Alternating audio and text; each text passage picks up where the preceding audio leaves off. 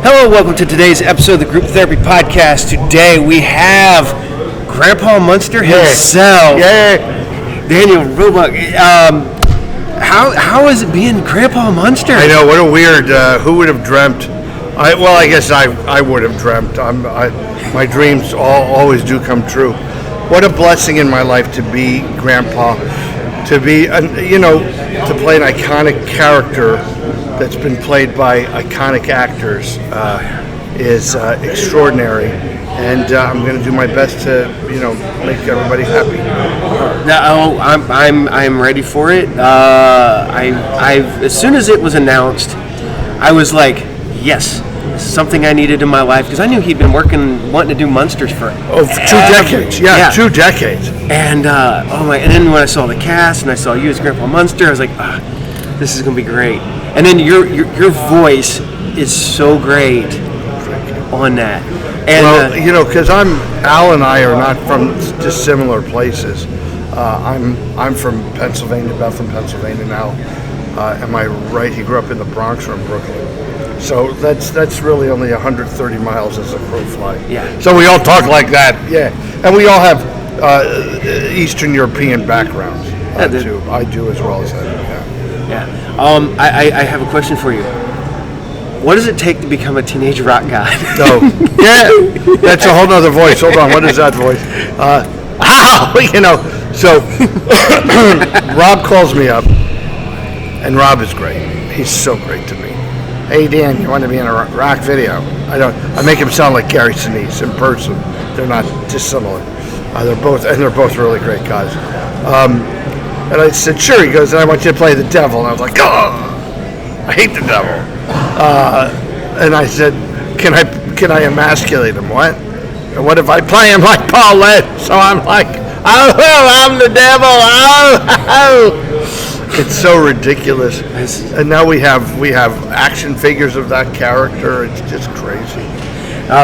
You've been doing work for a long time. What's your favorite role that you've had so far? Well, I used to say, it's a good question. Like, I make my own movies, and I used to think, I'd say, well, the movies that I make, like one I wrote and directed with my daughter, well, that's a pretty sublime experience. Yeah, definitely. Yeah. And when I wrote, when we just made one that's kind of an homage to the religious sisters who helped raise me, who I love. So they're all very personal. But I will say now it's hard to beat the fact that I got to beat Count Dracula in a Universal Studios movie. I don't know that it gets better than that, because I don't know if you know, because we're here at this wonderful convention in Hampton, Virginia. It's called, what's it called? Haunted Screams Expo. Haunted Screams Expo. And it's terrific. Nice people. Oh yeah. Dave's a good guy. Yeah. Great people. So we're having a great time.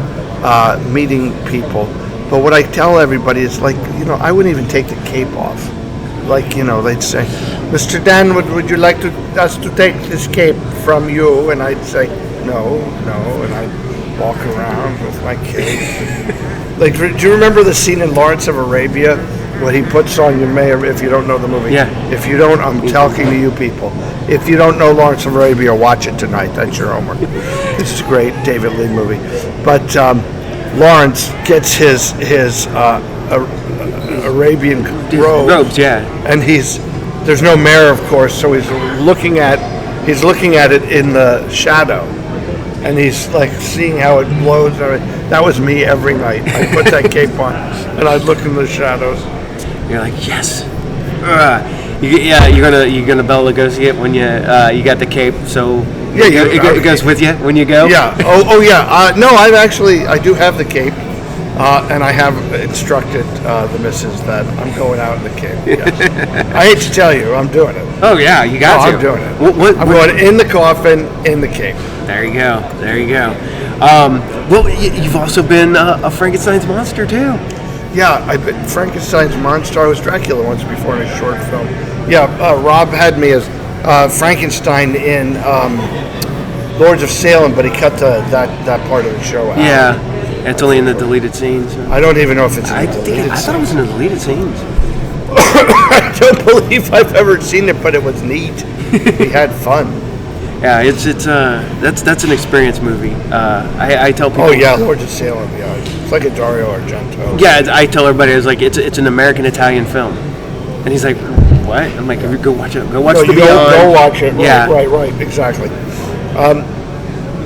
That's what was surprising me. People are like, oh God, can Rob Zombie make a family film? Of course he can. He can make any film he wants. He's an artist. You know? Yeah, I remember. I've discovered White Zombie back in '91. How old are you? I'm 48. I've been acting longer than this guy's been alive. And my buddy worked at what was then Record Town before it became FYE later on. Oh yeah. And he's like, have you heard this yet? And I'm like, no. And he's like, I'm writing this off. It's off the books. This is yours. Take it home and listen to it. And I was like, this is my new thing now. This is it. And then I've seen Rob Zombie / White Zombie like at least 10 times in my life, and I've met him a couple times, and it was always one of the ones where it's like, yes, this is one of the coolest guys I've ever met in my entire life. No, good person too. Great artist. Yeah. You know, he gets. He I don't know why he's such a target, but you know that's successful people are targets. Anytime you become famous, you get targeted. Anytime that you become famous, basically for what you love, right? You get targeted. Yeah. And also, if you get family members involved, I'm like, he gets crap for putting his wife in the movies, but I'm like, well, what about all the Baldwins? What about all the Wayans? Well, what about Tim Burton? His wife in every movie. Oh yeah. It doesn't make Woody Allen, put his wife in a movie at the same time he was like molesting her daughter. Like, yeah. You know what I mean? But what I'm saying is, I when you see my au revoir, I've done 3 movies, and the same woman stars in all 3 movies. Why? Because I love her. That's She's right. a great actress, and I write for her. I'm not an idiot. You know what I mean? What's going to be great is, it'll be a non-issue, because once the movie comes out and people see how great Sherry is in the movie, they'll shut their pie holes. Oh yeah. Yeah, like I said, I like her. I love her in Lords of Salem. Yeah. I love her in The Devil's Rejects. I've written movies with her in mind as the lead. I'm a huge fan of her acting. I don't understand. But it's just, again, you're making a very valid point. He's successful, so because he's successful, he's a target. And especially with this, if I could just finish, I didn't mean to interrupt. No. With this Munsters movie, all of the blathering, I look forward to seeing your Munsters movie. Like, he made it, he worked on it, he fought for it. Yeah. And I can tell you, Universal did not have any plans like this for a Munsters movie. They were going to make a direct-to-video movie that featured Eddie Munster as the star. The other characters would have been secondary characters. It was going to be a kids movie. Is that what you want? No. You want a Munsters movie. You want all of them. Well, one of the problems I think is that all the rumors that got spread about the movie, it's going direct to streaming. Right, it was always made for streaming. It dropped to it's such a bomb. They dropped it to stream. Yeah, no. Look, let's not waste our time talking about everything that's wrong. Let's talk about what's right. Yeah. The movie's coming out September 27th. People have a chance to see it. They don't have to even go to a movie theater. All they have to do is go to their living room, turn it on, watch it, love it, and if you love it enough, maybe there'll be a sequel.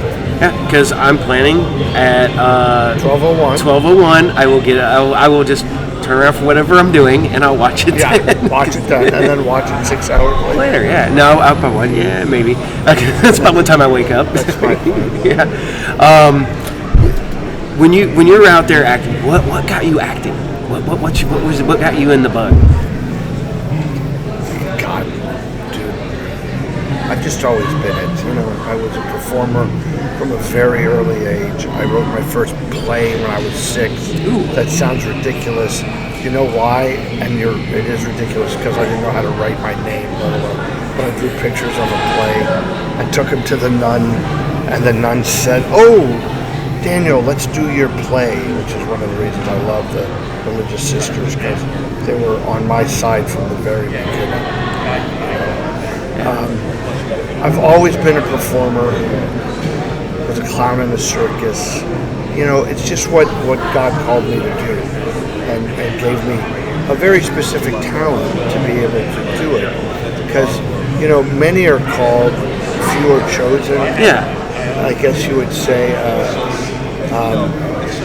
I'm blessed that I was called unchosen, and I think that was God's plan for me. So that's how it's worked out. Cool. Yeah. The funny part about it is up until recently, I didn't. I know it's bad. I don't know. Don't make you feel bad. But it was one of the ones where I kept seeing you in all this stuff, and my brain wasn't putting two and two together for the longest time. And I'm like, that's that guy. And I'm like, wow, he's in a lot of stuff. my plan is I want you to get carpal tunnel syndrome as you're scrolling through your IMDb. Oh God, because I have a deal with a number of orthopedic surgeons to get their business up. Yeah, look, the bottom line, it's what I've always wanted to be. I get to live the dream every day. I get to come to places like this and meet nice people. You, your wife, shake a lot of hands, and life is good. So it's all good. Yeah, well, we appreciate you putting out all the good product you're putting out. It's fun. Can I invite people to go to a channelofpeace.org, a channelofpeace.org? Yep. And you can see the other movies that we make. Okay, cool. Right. Yeah, and could you tell people to watch Group Therapy TV podcast for me? Hi, this is Danny Roebuck. Hello, this is Danny Roebuck. Hi, this is Danny Roebuck. Watch Group Therapy TV. Thank you much, sir. I appreciate it.